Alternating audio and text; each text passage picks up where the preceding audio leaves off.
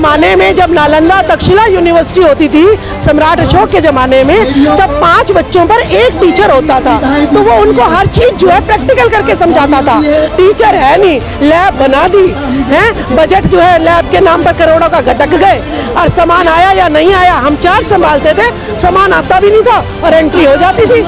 आज क्यों तेरी बोलती बंद है? तू पढ़ाने गया था मनीष सिसोदिया के क्लासों में या टीचर्स पढ़ा रहे हैं? आज कैसे दिल्ली मॉडल तू बता रहा है? क्या टीचर पढ़ा रहे हैं, तेरे बच्चे पढ़ा रहे हैं? वहाँ पर बच्चे टॉयलेट में पॉटी में बैठ के जुआ खेलते हैं, सेक्सुअल एक्टिविटीज करते हैं ये लोग। तो इतना बदतर जो है माहौल है जो देखा नहीं जा सकता। और सरकारें इतनी भली है तो ये गंदगी बंद करो ना मोबाइलों पे। हम साइटें खोलते भी नहीं, उसके बावजूद हमारे ऊपर इतनी जो है नंग धड़ंग चलता रहता है, सारी एक्टिविटी दिखाते रहते हैं। बच्चों को कंट्रोल करना बहुत मुश्किल काम हो गया है। ये केजरीवाल ने आते ही प्रतिभा, निष्ठा और ये और वो वर्गों में बच्चों को बांट दिया। भारत ऐसा देश है जहाँ पे गुरुओं को राजा भी मानता था, और ये केजरीवाल मनीष सिसोदिया गुरुओं की बेकदरी करी इसने आते ही। मुझे तो सस्पेंड किया कोई बात नहीं, मैं तो भूखी नहीं मरी। और राजनीति में आके इसने कहा था, इसने मेरा कॉलर पकड़ लिया। अरे कॉलर तो मैं तेरा पकड़ूंगी, लेकिन तेरे प्लेटफॉर्म पर आके पकड़ूंगी।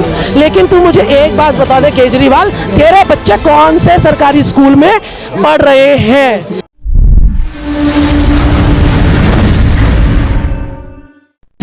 सबसे पहले तो ऐसी क्या मांगे हैं जिन्हें लेकर के आप यहाँ जंतर मंतर पर मौजूद हुए हैं? देखिए, एक तो न्यू एजुकेशन पॉलिसी 2020 जो बीजेपी सरकार ने लागू की है, ये बहुत ही घातक जो है यूनिवर्सिटी है।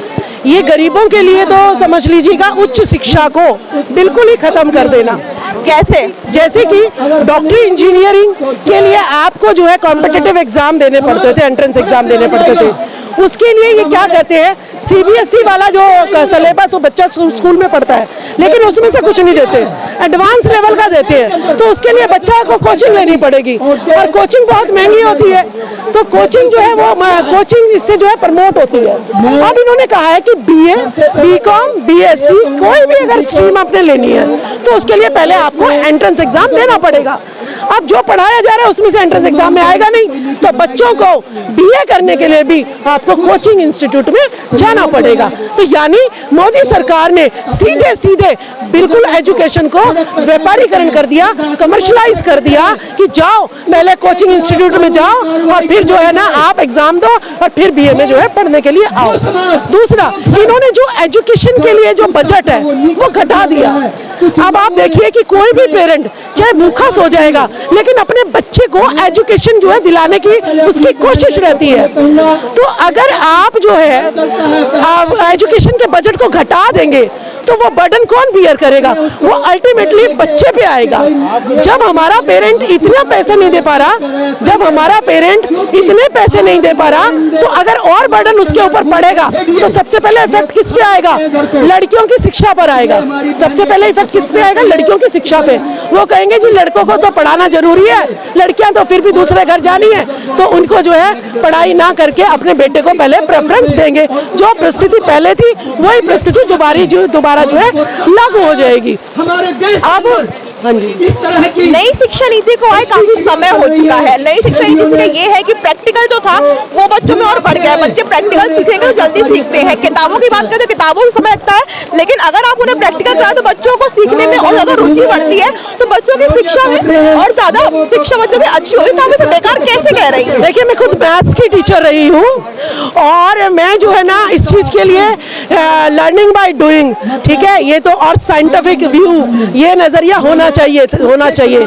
इन्होंने जो है क्या किया, सबसे पहले इन्हें टीचर स्टूडेंट रेशियो को मेंटेन करना पड़ेगा। पहले जमाने में जब नालंदा तक्षशिला यूनिवर्सिटी होती थी सम्राट अशोक के जमाने में, तब 5 बच्चों पर एक टीचर होता था, तो वो उनको हर चीज जो है प्रैक्टिकल करके समझाता था। लेकिन अब जो है साइंस के स्टूडेंट क्लास में 100 बच्चों पर एक टीचर है, वो अटेंडेंस भी नहीं लेती है। तो या तो अगर तुम्हें ये पॉलिसी लागू करनी है तो सबसे पहले टीचर स्टूडेंट रेशियो, टीचर भर्ती करो खूब सारे। जब टीचर भर्ती होंगे तो आपको प्रैक्टिकल नॉलेज के लिए जो है अपने आप टीचर जो है उसको कर करके अपने आप सिखाएगी। टीचर है नहीं, लैब बना दी है, बजट जो है लैब के नाम पर करोड़ों का घटक गए, और सामान आया या नहीं आया, हम चार्ज संभालते थे, सामान आता भी नहीं था और एंट्री हो जाती थी। अरे सबसे पहले जो प्रैक्टिकल करके दिखाएगा उस टीचर की भर्ती करो तुम लोग। इसी तरीके से नो डिटेंशन पॉलिसी जो कांग्रेस के टाइम पे लागू हुई थी, वो ये था कि फर्स्ट टू लेकर 8 तक बच्चा फेल नहीं होगा। ये फॉरेन की पॉलिसी है, क्योंकि बच्चे बहुत टेंशन में आ जाते हैं, वो सुसाइड कर लेते हैं। आप एक बात बताइए कि फॉरेन में 10 बच्चों पर एक टीचर है, उसको जो है हर प्रोजेक्टर लगे हुए हैं, हर क्लास में प्रोजेक्टर लगे हुए हैं, उसको जो है लर्निंग बाय डूइंग भी सिखा रहे हैं। लेकिन आपकी क्लास में तो 40 छोटे छोटे बच्चे हैं, एक टीचर है, वो थ्योरेटिकल पढ़ा रही है। अरे अगर करनी है तो नो डिटेंशन पॉलिसी लागू करनी थी, टीचर स्टूडेंट रेशियो पहले पूरा करना था, वो किया नहीं इन्होंने। बेसिक एजुकेशन बच्चों की खराब हो गई, 9th में कंपार्टमेंट के 10वीं में रिजल्ट, 9वीं में फेल हो गए। सरकार गड़बड़ा गई कि अगर 9वीं का ये रिजल्ट है तो 10वीं में तो हमारी पोल खुल जाएगी। इन्होंने 10वीं और 12वीं के लिए खुलेआम ऑर्डर जारी कर दिए कि टीचर को बोर्ड के क्लासों में जाना पड़ेगा और 33% तक चीटिंग करा के आनी पड़ेगी। लोगों में, हम स्कूल में चीटिंग को रोकते हैं, लेकिन सरकारें और HOS जो प्रिंसिपल होते हैं, कुछ ऐसे चमचे हैं इनके जो है इसको कॉपिंग को, नकल को प्रमोट करते हैं। अगर नकल ना हो तो टीचर को उल्टे हाथ से लिखकर और बच्चों को पास करना पड़ता है। अल्टीमेटली बस हमें 100% रिजल्ट देना है, सिर्फ यही सरकार का मकसद है। बच्चे ना पढ़े, बेकार की डिग्री लेकर डोले, बस ये नो डिटेक्शन पॉलिसी की बात कर रहे हैं। कांग्रेस के समय में थी, उसको बंद कर दिया गया है। वो इसलिए बंद किया कि 1 से 8 अगर बच्चे वो पास ना, मतलब पास ही करना है, और अगर हम पास कर रहे हैं, बच्चा चाहे पढ़ने में अच्छा नहीं है, 9वीं में जाकर तो उसका भविष्य खुद ही खराब हो जाएगा कि वो हाई स्कूल पास नहीं कर पाएगा। उसी का भविष्य अच्छा करने के लिए ये नई पॉलिसी को लाया गया है।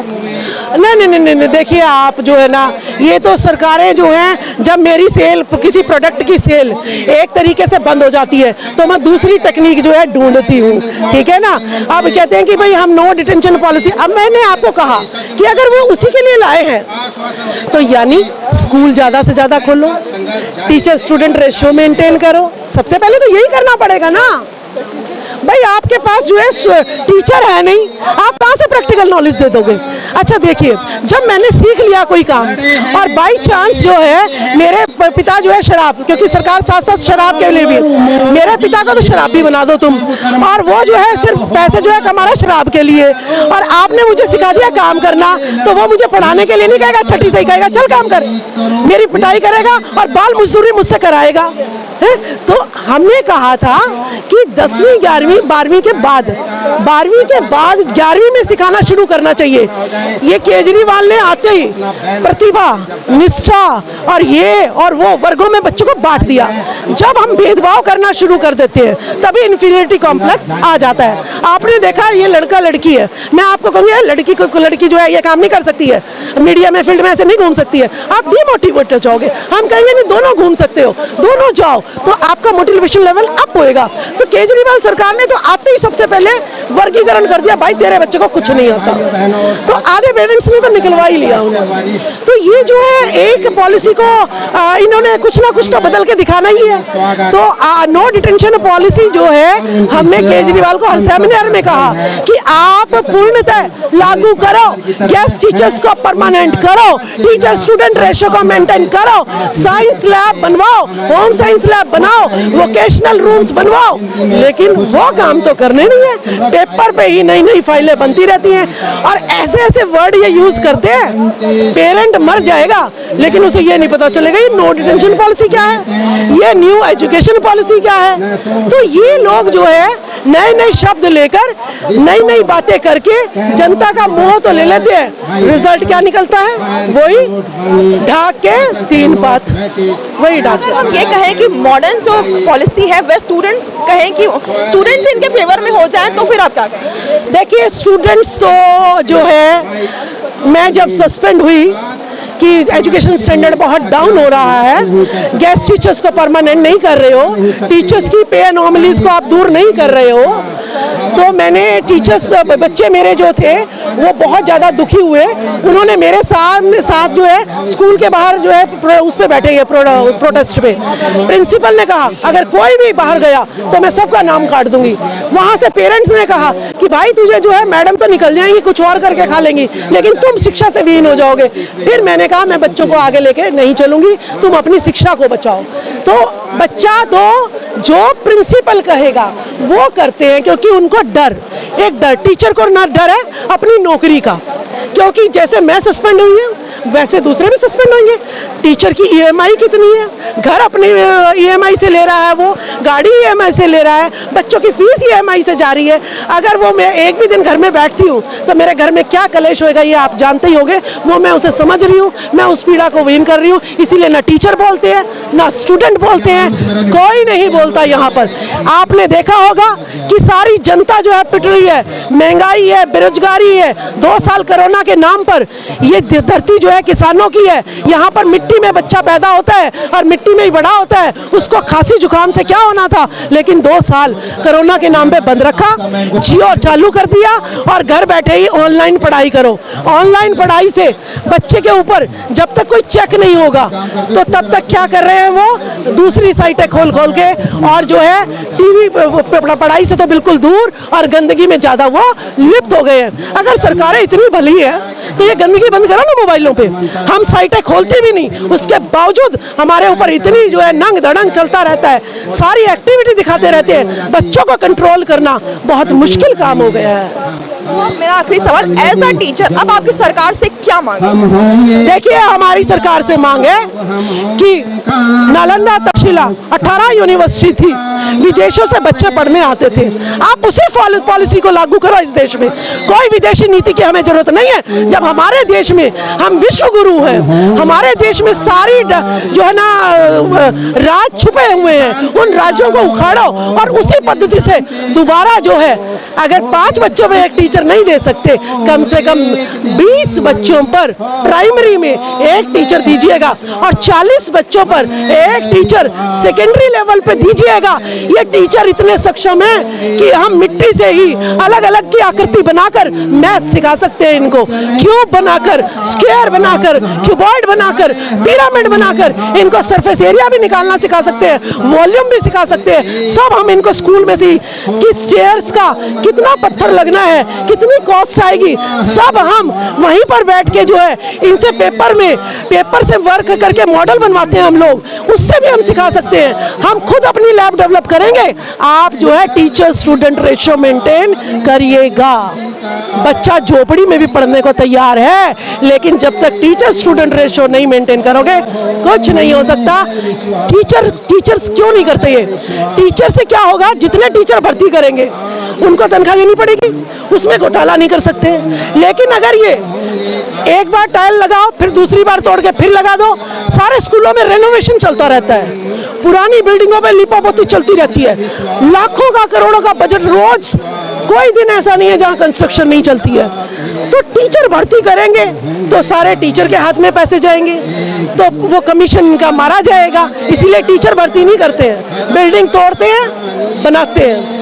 नई बिल्डिंग को मर्ज कर दिया, कमर्शियल कर देंगे, फिर कहेंगे जी स्कूल कम है और अब जो है दूसरा स्कूल बनाना है। तो इस तरीके से फंडिंग, मेरे स्कूल में भी ऐसा होता था। नए डेस्क आए, उन्हें छुट्टियों में कहीं और भिजवा देते थे, फिर कहते थे जी डेस्क जो है खत्म हो गए, टूट गए, नए डेस्क मंगाओ। ये सारे के सारे ऊपर डायरेक्टर, डीडी और नेता बजट किस तरीके से अपने जेब में आने चाहिए उसकी प्लानिंग चलते हैं। बच्चे टॉयलेट में पॉटी में बैठ के जुआ खेलते हैं, सेक्सुअल एक्टिविटीज करते हैं ये लोग। तो इतना बदतर जो है माहौल है जो देखा नहीं जा सकता। इसी में केजरीवाल यह कहते हैं कि जो हमारे शिक्षा मंत्री मनीष सिसोदिया हैं वो सबसे बेस्ट शिक्षा मंत्री अब तक के रहे हैं, उनके मुकाबले कोई भी नहीं है। हाँ देखिए, जितनी तगड़ी एडवर्टीजमेंट आपने देखा होगा, मनीष सिसोदिया ने सबसे पहले मुझे त्यागराज स्टेडियम में टीचर्स डे वाले दिन सस्पेंड किया। ठीक है, आप मेरा रिकॉर्ड चेक करिएगा, मैंने आज तक जिंदगी में किसी बच्चे को ना तो नकल करने दी है, ना एक नंबर बढ़ाया है, और कभी क्लास में पढ़ाए बिना रही नहीं हूँ। अब मुझे सस्पेंड कर दिया और कहते हैं आत्मघाती महिला है। ठीक है, फिर कहते हैं कैमरे लेके जाता है, देखिए टीचर्स पढ़ाते नहीं है, देखिए टीचर्स पढ़ाते नहीं है, देखिए टीचर्स। आज क्यों तेरी बोलती बंद है? तू पढ़ाने गया था मनीष सिसोदिया के क्लासों में या टीचर्स पढ़ा रहे हैं? आज कैसे दिल्ली मॉडल तू बता रहा है? क्या टीचर पढ़ा रहे हैं, तेरे बच्चे पढ़ा रहे हैं वहां पर? आप मुझे जवाब दीजिए, क्या मनीष सिसोदिया स्कूल में पढ़ा रहा है? बताइए। तो कैसे आप अपने क्रेडिट ले सकते हैं? टीचर का अपमान। भारत ऐसा देश है जहां पे गुरुओं को राजा भी मानता था, और ये केजरीवाल मनीष सिसोदिया गुरुओं की बेकदरी करी इसने आते ही। मुझे तो सस्पेंड किया, कोई बात नहीं, मैं तो भूखी नहीं मरी। और राजनीति में आके इसने कहा था, इसने मेरा कॉलर पकड़ लिया। अरे कॉलर तो मैं तेरा पकड़ूंगी, लेकिन तेरे प्लेटफॉर्म पे आके पकड़ूंगी। लेकिन तू मुझे एक बात बता दे केजरीवाल, तेरे बच्चे कौन से सरकारी स्कूल में पढ़ रहे हैं, या तेरी आने वाली औलादें कौन से सरकारी स्कूल में तू एडमिशन कराएगा? तू जब बीमार होता है तो कौन से सरकारी हॉस्पिटल में तू जो है इलाज कराता है, ये मुझे बता दे। अगर तू इलाज नहीं कराता है तो यानी तेरे सारे शिक्षा मॉडल। आप मंगोलपुरी हॉस्पिटल में जाइए, प्रेग्नेंट लेडी जो है डिलीवरी के बाद दो एक ही बेड पे होती है। आप जाओ ना सरोज हॉस्पिटल जाइए, तो गली गली मोहल्ला चिकित्सा भी खुली हुई है, उससे लोग काफी आरामदायक महसूस कर रहे हैं। हाँ, सब इतना घोटाला चल रहा है ना। टेस्ट कराने जाएगा गरीब आदमी, अपनी लैबों में भेज देते हैं, और इतना बिल बना के सरकार के बजट में से। भाई टैक्स दे रही है जनता, अब अपने लोगों की जेब में भी तो पहुंचाना है। तो ये इतने बड़े घोटाले खुल गए, हर जगह दुकानें खुल गई हैं। अब गरीब जनता को तो लगता है कि ले कंपाउंडर बिठा दो, कौन देख रहा है? उनकी डिग्री चेक कर रहे हो आप? तो इतने तगड़े तो चिकित्सा खुली है, वो सब एक दुकान है। दुकानें जी, पूरी दुकानें। आप, मैं एक बात कहती हूँ मीडिया वाले से, आरटीआई डालो, एक मोहल्ला क्लिनिक कितने रुपए में बना, ये खुद सोचो कि कितना खर्चा उस पे लगा है। और दूसरा जो टेस्ट करते हैं वो कौन सी लैबों में टेस्ट जो होते हैं, और वो बजट कहाँ जा रहा है? तो इतना तगड़ा, ये प्राइवेट स्कूल होते हैं, इनको बिल्कुल नॉमिनल रेट पर ये अपने लोगों को जमीनें प्रोवाइड करवाते हैं, और फिर जो है ये हमारे लोगों की जेब लूटते हैं। भाई डेवलपमेंट चार्ज के ऊपर, एनुअल चार्ज के ऊपर आज बच्चों को पिकनिक लेके जा रहे हैं। ऐसी तगड़ी लूट खसोट चल रही है। और खुलासा, अपने लोगों को केजरीवाल सभी डिपार्टमेंट में बिना इंटरव्यू और बिना एग्जाम के भर्ती कर रहे हैं। कराओ ना, खुलासा निकालो ना। जब तक सरकारी डाटों का खुलासा नहीं होगा, आप असली और नकली का जांच कर ही नहीं सकते। और सत्येंद्र जैन जी जो जेल में है, उनकी मुंडका की तरफ जो इंडस्ट्रियल बहुत एरिया बन रहा है, वहां से हाईली एलिवेटेड रोड जा रहा है, वहां पे उन्होंने जमीनें ली हुई है, कोई गलत नहीं है। मैं तो कह रही हूँ अगर वो सच्चे हैं तो डाटा दिखवाओ ना, सारा डाटा जो है कंप्यूटर पे डाल दो। भाई आप कंप्यूटर पे डाटा डाल सकते हो ना। मैं देखो मेरे यहाँ शेयर कितने आए, चिट्टे कितने आए, डाटा मिल जाएगा। मेरे यहाँ कितना टैक्स आया, मेरे यहाँ एजुकेशन में टैक्स किसके घर में गया, किसके में नहीं गया, ये चेक होना चाहिए। जितने भी भाग रहे हैं आप देख लो, जितने भी भाग रहे हैं, कोई SC ST OBC नहीं भाग रहा। तो ये चोर बाजारी चल रही है। तो ये देखा आपने, ये मैथ्स की टीचर है दिल्ली की, और ये है नई शिक्षा नीति में सीधे सवाल खड़े कर रही है कि नई शिक्षा नीति बच्चों के सबसे ज्यादा घातक है, बच्चों को नुकसान पहुंचाने वाली है, और बच्चों के शिक्षा के संग मजाक हो रहा है। अरविंद केजरीवाल पे भी ये सीधा निशाना साध रही है। और मोहल्ला चिकित्सा गिरने की बात करें तो वो सब कह रहे हैं कि वो सब दुकानें हैं, भ्रष्टाचार जो है वो खुलेआम दिल्ली में हो रहा है। और केंद्र सरकार के खिलाफ भी नई शिक्षा नीति पे बात की जा रही है कि नई शिक्षा नीति को जल्द से जल्द हटाया जाए और पुरानी नीति को जल्द से जल्द लाया जाए। तो फिलहाल का इतना ही, बाकी तमाम खबरों के बने हमारे साथ और देखते रहो टीवी। धन्यवाद।